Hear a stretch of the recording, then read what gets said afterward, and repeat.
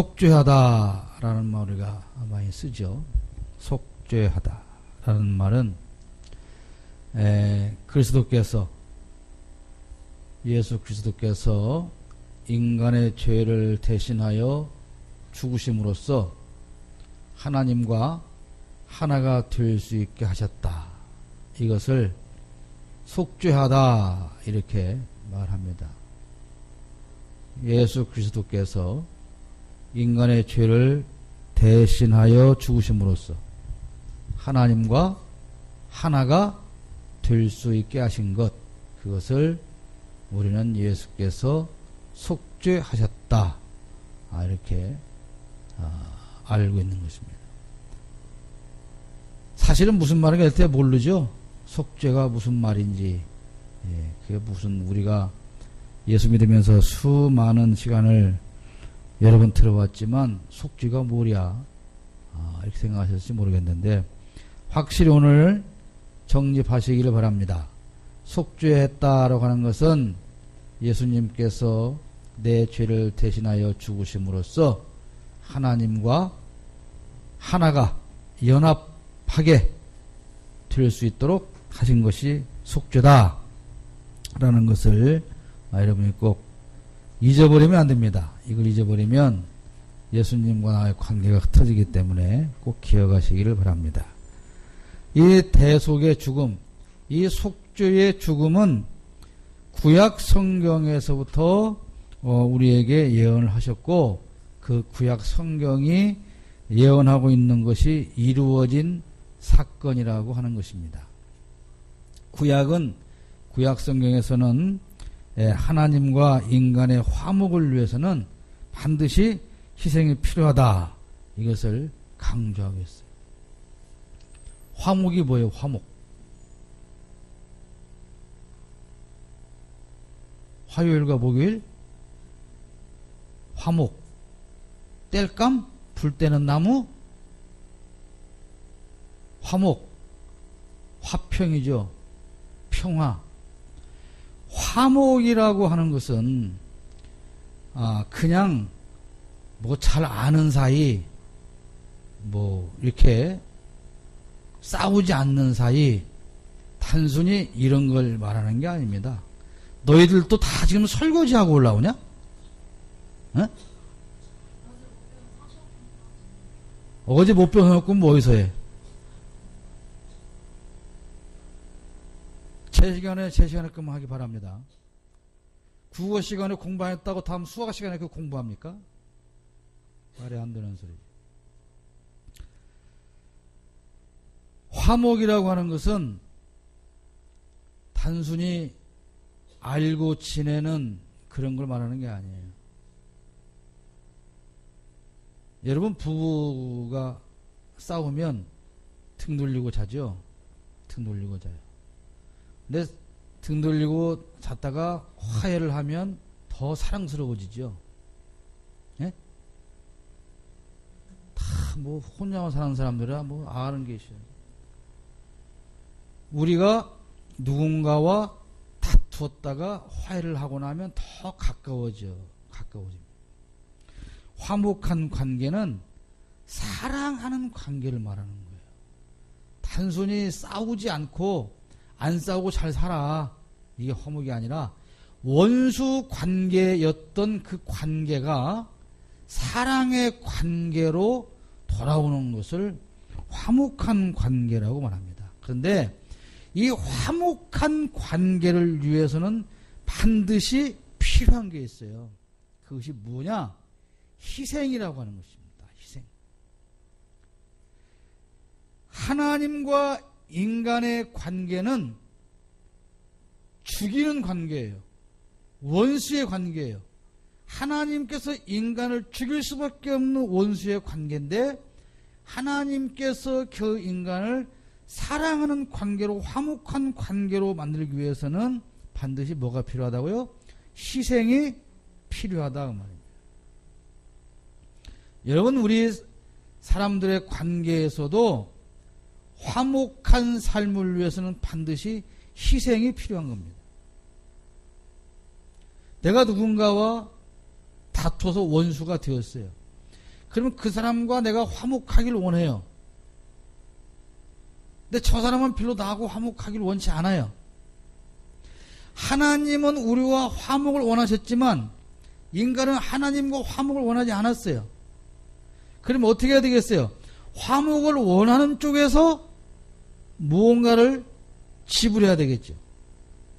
무언가를 내놔야 되겠죠. 그래서 하나님께서는 그 희생 제물로 예수 그리스도를 우리에게 내놓으신 겁니다. 우리가 하나님과의 화목을 원한 게 아니에요. 하나님께서 우리를 만드셨고 영광 받기를 원했으나 우리가 범죄해서 하나님의 영광에서 떠났고 우리가 저주받은 백성이 되었죠. 그런데도 불구하고 하나님께서 오히려 이 땅에 오셔서 속죄의 희생이 되어 주심으로 하나님과 우리의 화목을 만드셨다 이 말입니다. 여러분은 여러분 남편과의 화목을 위해서, 부모와의 화목을 위해서, 형제와 이웃과의 화목을 위해서 무엇을 내놓고 사느냐 이 말입니다. 하나님 뭘 내놓으셨어요? 네? 독생자를 어떻게 내놨어요? 하나님 자신이 죽으신 거예요. 내가 누군가와 화목을 위해서라면 그 희생이 필요한데 희생은 누가 되어야 됩니까? 내 스스로가 희생이 되어서 나를 죽여야 되는 거예요. 내 육신을 죽여야 됩니다. 내 자아를 죽이고 고집을 죽이고 자존심을 죽이고 나의 모든 것 그리고 욕심 다 죽이지 않으면 누구와도 우리는 화목할 수가 없다고 하는 것이죠. 구약에서 사용된 희생제물은 지난 시간에 제가 말씀드렸어요. 아사셀 염소를 예를 들어서 말씀드렸는데 구약에서 사용된 희생제물은 예수 그리스도의 온전한 그 희생을 미리 보여주는 것일 뿐이지 그 희생제물이 사람의 죄를 용서하는 것은 아니라 그 희생제물이 속죄하는 것은 아니다 라는 것을 알아야 됩니다. 이 대속의 죽음으로 인해서 하나님과 우리는 새로운 관계가 시작이 되었어요. 죄사함의 복음을 받아들이는 사람들은 하나님과 새로운 관계를 누리게 되는데 그 새로운 관계는 뭡니까? 앞에서 말씀드린 것처럼 적대관계, 원수된 관계에서 이제는 친밀의 관계, 사랑의 관계로 이렇게 변화되었다 이 말입니다. 무엇 때문에? 희생제물 때문에? 무엇 때문에? 오늘 제목이 뭐요? 그러니까 무엇 때문에? 대속이 뭔데? 속죄가 뭔데?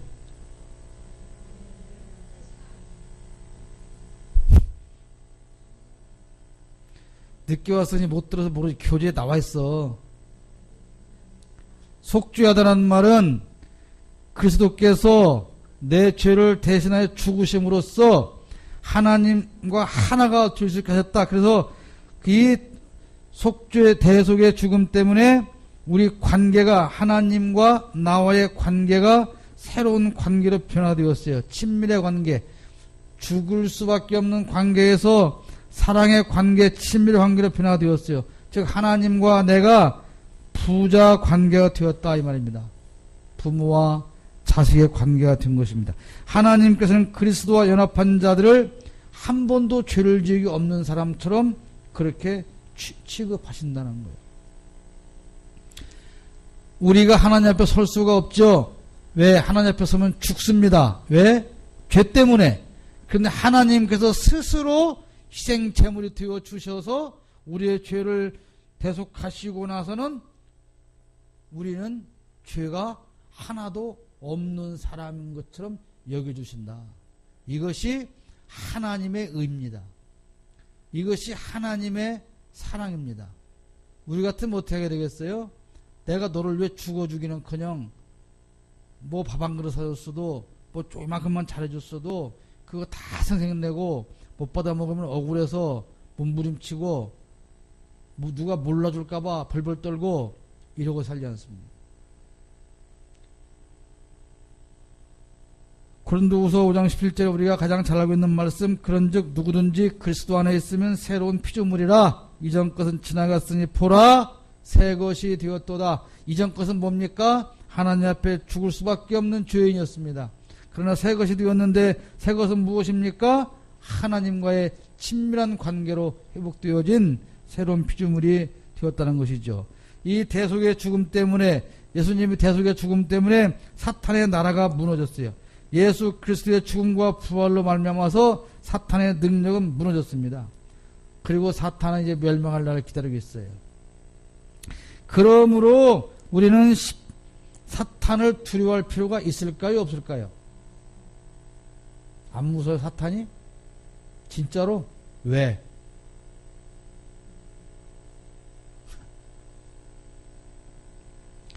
성경에는 마귀가 우는 사자와 같이 두루 삼킬 자를 찾아다닌다 그랬어요. 근데 안 무서워요? 마귀를 봤어야 안 무섭지. 본 적도 없는데 뭘 무서워. 사탄을 봤어? 본 적이 없는데 뭐가 무서워. 우리는 지금 날마다 사탄에게 지고 있으면서도 지는 조차도 몰라요. 그러니까 무섭지 않죠. 하루 강아지가 범을 무서워합니까? 안 무서워. 분명한 것은 사탄은 우리를 죽이지 못합니다. 죽이지 못해요. 그러나 죽이지 못한다고 해서 공격도 안 하느냐? 유혹도 안 하느냐? 협박도 안 하느냐? 그거 아니에요. 여러분 잘못 알고 있는 거예요. 여러분 지금은 그런 게 별로 없죠. 옛날에는 시골집 가면 대문 앞에 개 조심 크게 써있죠. 그 문을 열면, 대문을 열면 개가 어떻게 해요? 왱! 하고 나오죠. 놀래서 자빠졌는데 가만히 보니까 개가 그만 못 쫓아오죠. 왜 그래? 목줄이 묶여서 그런 거예요. 목줄이 묶여서 아무리 싸납게 나를 물어 뜯으려고 덤비지만 목줄만 비껴서 가면 우리는 어때요? 안전하죠. 그게 사탄의 공갈 협박인 거예요. 사탄은 이렇게 우리를 공갈하고 협박해서, 그래서 우리는 어떻게 무서워서 주랭랑을 치죠. 그런데 자세히 보면 사탄은 묶여 있어요. 그렇지만 그 사탄은 앞을 지나서 가는 것은 뭐가 필요해요? 믿음과 용기가 필요해요. 어떤 믿음이요? 저 개줄은 풀러지지 않을 거야 라는 믿음이죠. 하나님께서 이미 사탄을 이기셨기 때문에 사탄은 우리를 어떻게 멸망시킬 수가 없습니다.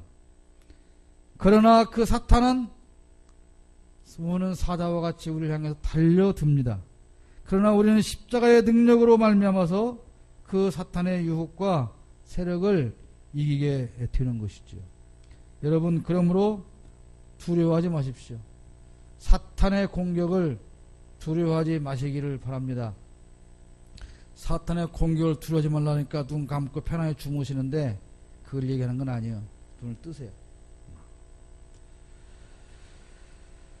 대속의 죽음으로 말미암아서 죄의 지배력이 무너졌어요. 그리스도께서 우리 죄를 담당하셨기 때문에 다시는 죄가 그리스도인들의 삶을 지배할 수 없습니다. 여러분, 이 말이 무슨 말인지 이해가 됩니까? 죄가 그리스도인들의 삶을 지배할 수 없다. 이 말이 이해가 돼야 안 돼요. 그럼 이게 무슨 말이요?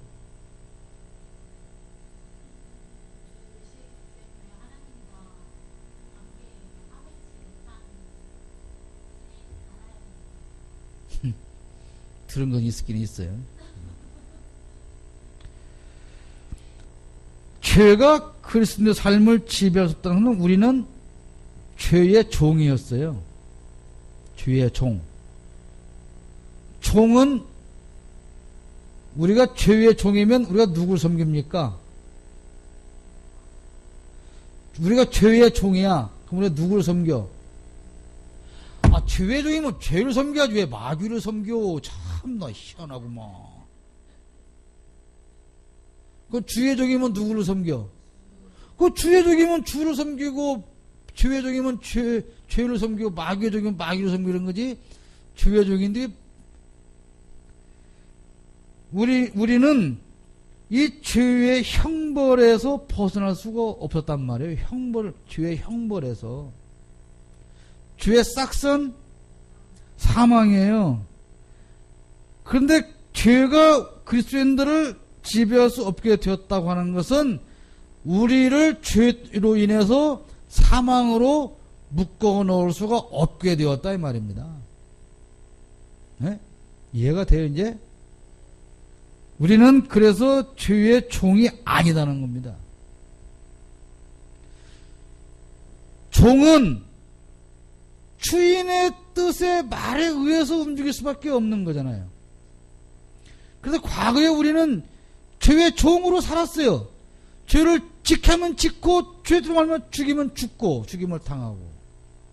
그러나 우리는 이제 그리스도의 대속의 죽음으로 말미암아 이 죄의 형벌에서 벗어나게 되었습니다. 그런데 중요한 건 뭐요? 우리가 그러면 죄를 지어요, 안 져요? 왜 져요, 죄를? 죄의 형벌에서 종에서는 해방이 되었어요. 그런데 우리는 아직 성화가 안 돼. 성화가 뭡니까? 성화는 에베소 4장 11절에 있는 말씀처럼 그리스도에게까지 자라가는 것이에요. 거룩하게 변화되어져 가는, 예수님처럼 변화되어져 가는 과정에 있어요. 그럼 이 성화는 언제 이루어질까요? 언제? 우리가 언제 되면 죄를 하나도 안 지켜야 될까? 에? 죽으면 안 좋지. 죽으면 이 땅에서 죽으면 죄 짓겠어. 땅속에 무덤 속에 가서. 우리의 성화는 죽은 다음에 이루어지는 거예요. 그래서 우리는 이 땅에 있을 때 죄를 지을 수밖에 없어. 그러니까 죄를 지으면서 나는 성화가 아직 안 됐으니까 그냥 죄를 짓는 거야. 나 죽으면 죄 안 질 건데 뭐 이러라는 얘기가 아니고, 죄를 짓지 않기 위해서, 성화되기 위해서, 예수님을 닮기 위해서 우리는 부단한 몸부림을 치면서 살아가야 한다 이 말이죠. 우리 학생들, 담비야, 서울대 갈 수 있어? 뭐 타고 갈 건데? 뭐 타고 갈 건데?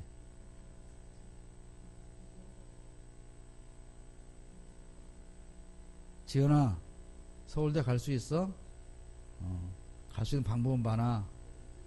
수용차 타고 가도 되고, 전철 타고 가도 되고, 버스 타고 가도 되고. 우리 학생들이 나는 서울대 입학할 수 있다는 꿈이 없다면 서울대는 못 가는 거죠. 그런데 학생들이 그래요. 아이고 내가 어떻게 서울 가요 목사님? 농담도 잘하셔. 그러면 그건 그 사람에게는 농담일 뿐이죠. 너 서울대 갈 수 있어? 하면 농담도 잘하셔. 그 사람은 농담인 것이죠. 서울대 못 가죠. 남들 가는 거 구경이나 해야 되겠죠.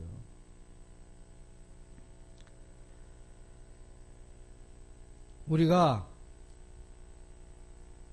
나는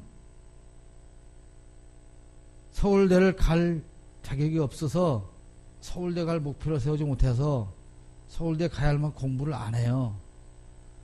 그게가 잘하는 거냐 이거죠. 나는 지금 성화 중이기 때문에 죄를 짓는 것이 자랑이냐 그거죠. 아니라는 겁니다. 우리를 십자가의 군대라고 그러죠. 십자가의 군대, 십자가의 군사. 십자가의 군사 무엇과 싸워요? 무엇과 싸워? 십자가의 군대가 무엇과 싸워? 주적이 뭐예요? 주적. 우리 대한민국의 주적은 어디요?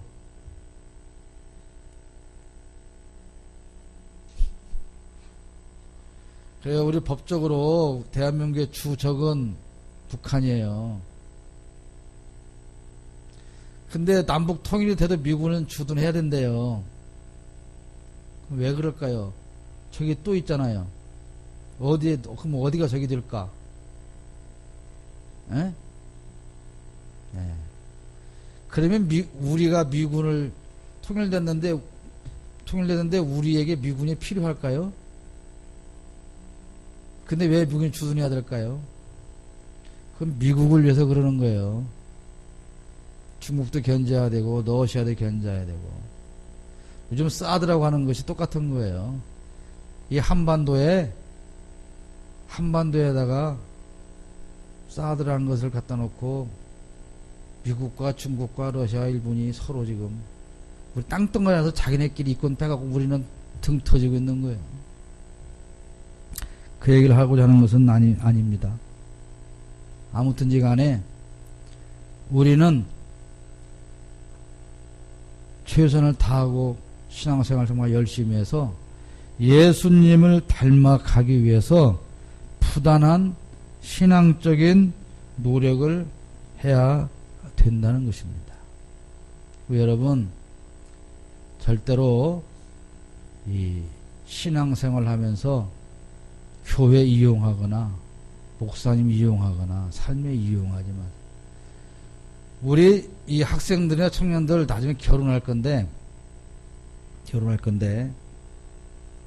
주례를 누가 할 거야? 지금 우리 대한민국에서 이 예식장에서 하는 이 결혼식은 이거는 족보가 없는 결혼식이에요. 이거는 한국식도 아니고요, 기독교식도 아니고 서양식도 아니고 아무것도 아닌 거예요. 그냥 결혼 공장에서 20분 만에 한 쌍씩 찍어내는 거예요. 그건 결혼식이 아니에요. 차라리 한국식이라면 전통 혼례를 하든가, 차라리 그건 한국식이 되죠. 그러니까 예식장 문화가 들어오면서 이렇게 주례를 할 사람이 없으니까 예식장마다 이 전문 주례하는 사람이 거기 있으니까 용역주례사.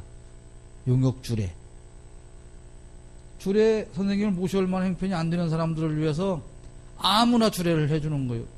그럼 그 신랑 신부 주례를 하는데 아는 게 뭐가 있어? 그럼 그 사람이 왜 주례를 왜 해줘요? 일당 벌으려고 하는 거잖아. 그 사람이 그 신랑 신부를 무슨 축복을 하겠습니까? 진심으로 잘 살기를 바라겠습니까? 예수 믿는 사람은 어떤 일이 있어도 결혼식을 예배당에서 하세요. 예배로 하세요. 목사님 보고 주례해 주세요 그랬고 무슨 애들이 와갖고 사회 본답시 이거는 결혼식이 아니야. 그 목사님들 괴롭게 하지 말란 말이에요. 주례가 뭡니까? 예식을 집례하는 거예요. 집례. 처음부터 끝까지 목사님 안 세우려면 차라리 딴 데 가서 하든가. 그렇게 예배도 아니고 결혼식도 아닌 그렇게 하려면 목사님 부르지 마세요.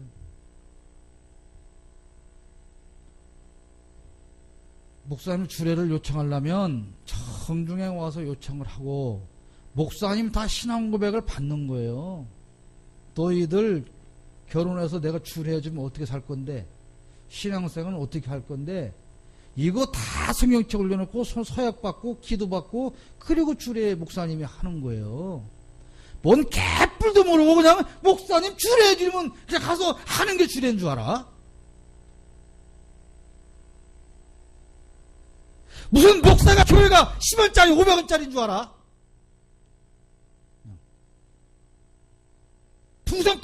풍선껌 하나 값도 못한 목사 교회 하나님!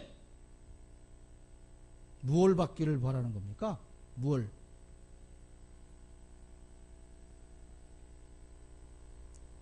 일 년 12가야 예배당 코빼기 한 번도 안 내피면서 뭘 해주세요? 뭘 해주세요?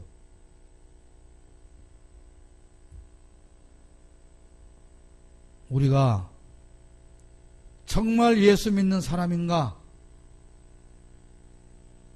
예수 그리스도의 대속의 죽음을 인하여서 하나님과 새로운 관계를 맺은 사람인가? 우리는 분명히 알아야 되는 것입니다. 하나님이, 사랑의 하나님이 라고 해서 그렇게 500원짜리 풍선껌 취급해도 되는 게 아니에요. 여러분 부모님이 여러분 사랑한다고 그래서 아버지 엄마를 무시하면 됩니까? 모든 걸 다 해도 모든 요구를 다 들어주는 것이 부모입니까? 그렇지 않아요. 자녀 여러분 제발 부모에게 의무를 요구하지 마세요. 엄마가 다 놔줬잖아. 근데 왜 안 키워주는데? 엄마가 다 낳았잖아. 근데 왜 안 입혀주는데? 이런 싸가지 없는 새끼들이 어디 있어요? 의무는 요구하는 게 아닙니다. 의무를 행사해야 할 쪽에서 생각하는 것이 의무인 것이죠. 우리가 하나님 앞에도 그렇게 하나님께서 대속의 죽음을 예수 그리스도를 통해서 우리에게 주셨는데 불구하고 우리는 거기에 대한 감사가 있습니까? 감격이 있습니까? 그러니까요. 어쩌다고요? 나 좀 잘 살게 해달라고요. 나 좀 잘 먹고 잘 입게 편히 살게 해달라고요. 이 요구밖에 우리는 없는 거 아닙니까? 세상에서 하고 싶은 거 다 하고 주일날 교회는 절대로 못 나오는 이유가 뭡니까?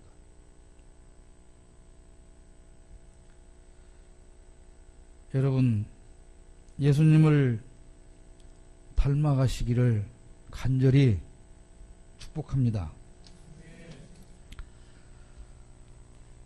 대속의 죽음으로 인해서 승리의 길을 가게 되는데요. 그리스도의 십자가는 우리를 자유하게 하셨어요. 자유란 뭘까요? 자유는 하나님 앞에서의 당당함, 사탄 앞에서의 자유함. 이제는 여러분 이건 빚 져본 사람이 없나? 내가 우리 한 집사님한테 내가 돈 1억을 빚을 졌어. 그랬더니 한 집사님이 날마다 전화해갖고 돈 갚으란 말이야 이씨. 이러면 내가 주일날 교회를 오고 싶겠어 안 오고 싶겠어? 왜? 돈을 못 갚으니까 저게 또 날 가면 이렇게 막 윽박지르고 그럴 거 아니에요.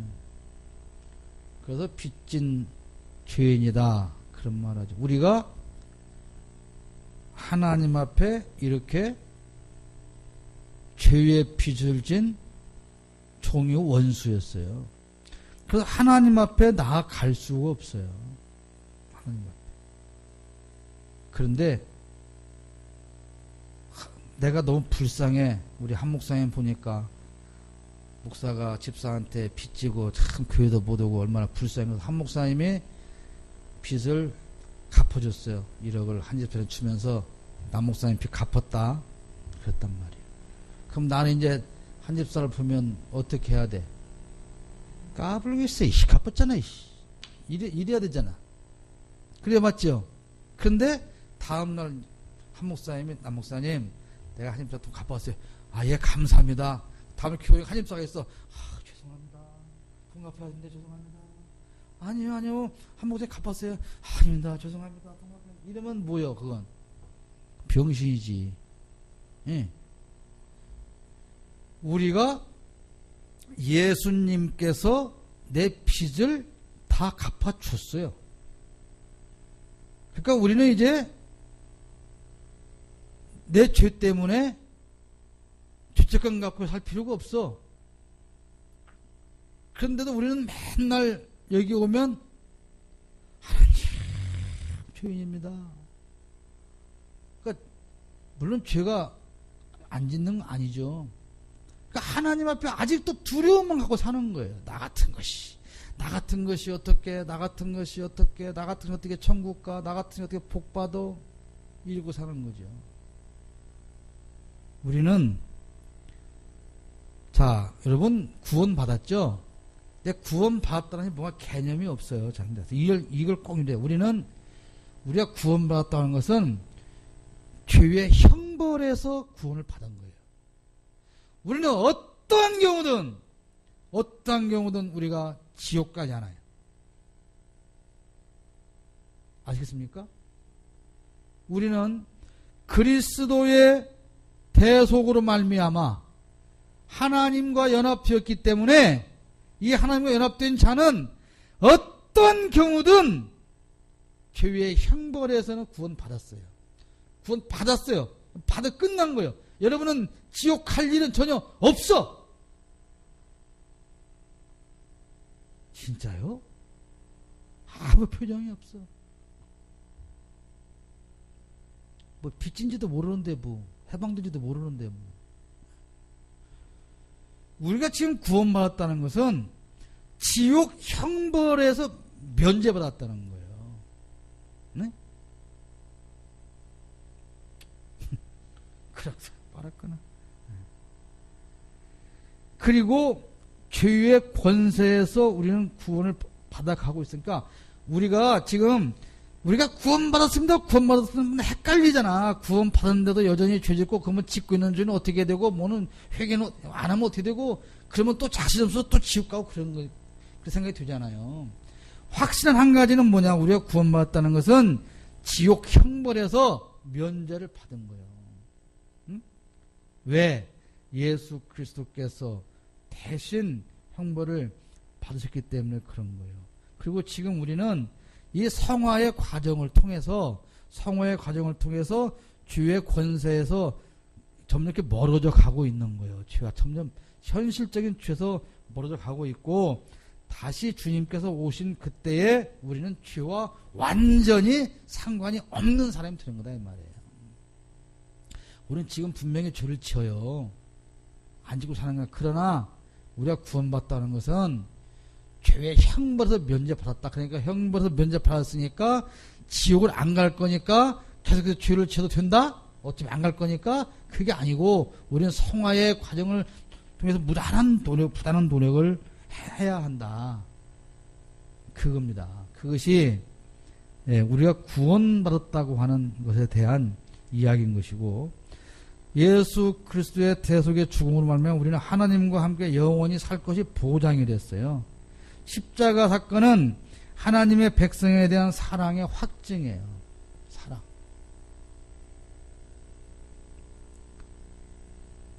담비야, 엄마가 널 사랑하냐?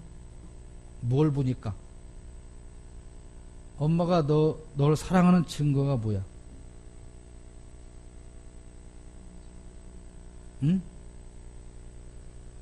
그냥 뭐 믿어? 뭘 믿어? 엄마가 너를 믿어? 그러니까 뭘 보니까 믿냐고. 그 믿을 만한 증거가 뭐냐고. 사랑한다고 하니까 말로만. 지은아, 너는 엄마가 너를 사랑하냐? 하겠죠. 봄아, 너는 엄마가 너를 사랑하냐? 뭘 보니까?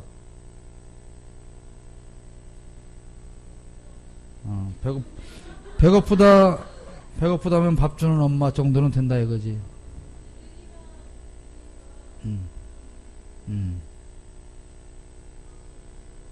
내가 볼 때는 별로 사랑받는 애들이 아니야.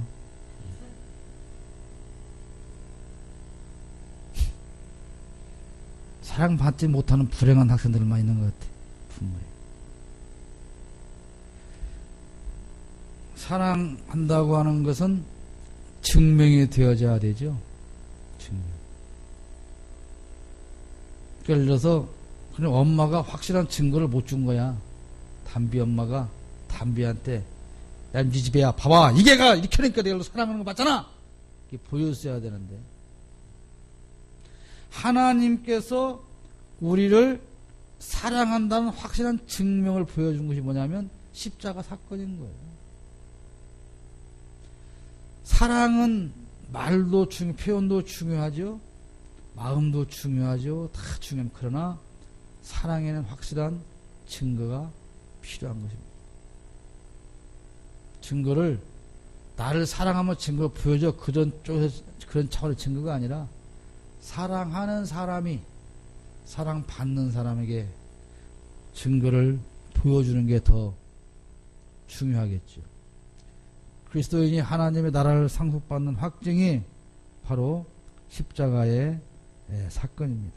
그러므로 그리스도인에게는 어떤 두려움도 없어요. 왜 없어요?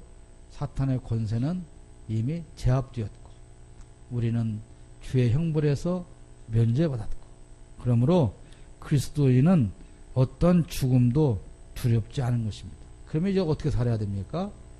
구원받은 하나님의 자녀로서 거기에 걸맞는 삶을 살아야 돼. 당당하게 삶을 살아야 돼.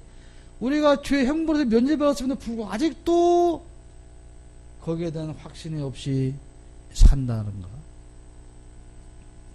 우리가 신앙생활을 하면서 도대체 무엇을, 어떤 구원 확신을 가지고 사는지도 모르고 비참하게 산다든가, 이런 것은 우리 구원을 오히려 부끄럽게 여겨가는 것입니다. 구원받은 하나님의 자녀답게 확실하게 당당하게 그렇게 승리하시길 바랍니다. 십자가는 비극적 사건이 아니고요, 그리스도께서 죽으심으로 우리는 새 생명을 받게 되었어요.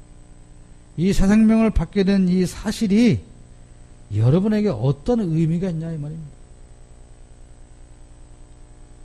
뭔 의미가 있어? 죽었지도 않아. 주의 회개도 없어. 나를 십자가에 못 박은 적도 없어. 승리함도 없어. 구원의 감격도 없어. 그저 이놈의 시간 빨리 끝나고 얼른 집에 가서 아이고 핸드폰에 지금 카톡이 몇 개 왔는지 뭐 게임해야 되고, 학생들은 그래야 되고, 얼른 가서 쉬어야 되고, 살림해야 되고, 그저 예수님이 죽었다가 살았으면 뭐하고, 십자가에 죽었다 살았으면 뭐하고, 나하고 뭔 상관이 있습니까? 빨리 끝내놔 주십시오. 졸려 죽겠구만. 이렇게 다 앉아있는 여러분들, 그리스도의 죽음, 이거를 심파조로 생각해서 날마다 눈물을 흘리고 울며 찬송 부르라 그런 얘기가 아닙니다. 과연 하나님의 아들이, 독생자가 나를 위해서 대속해 주셨다고 하는 이 사건이 나하고 과연 어떻게 연결되어 있는가, 그 의미가 무엇인가를 분명히 찾아서 하나님의 자녀로서 승리하는 삶이 되시기를 축복합니다.